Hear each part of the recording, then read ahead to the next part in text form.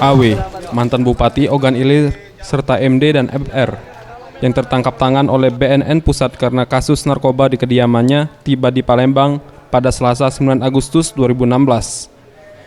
Tibanya mantan Bupati Ogan Ilir ini bersamaan dengan berkas perkara kasusnya yang resmi dilimpahkan ke Kejari Palembang.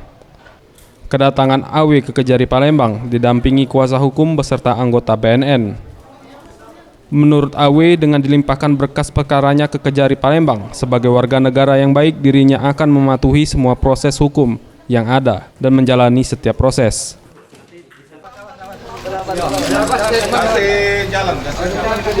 Kalau memang ada proses hukum, ya saya sebagai bangsa Indonesia yang patuh akan hukum, ya akan saya siap jalan. Itu saja. Makasih ya.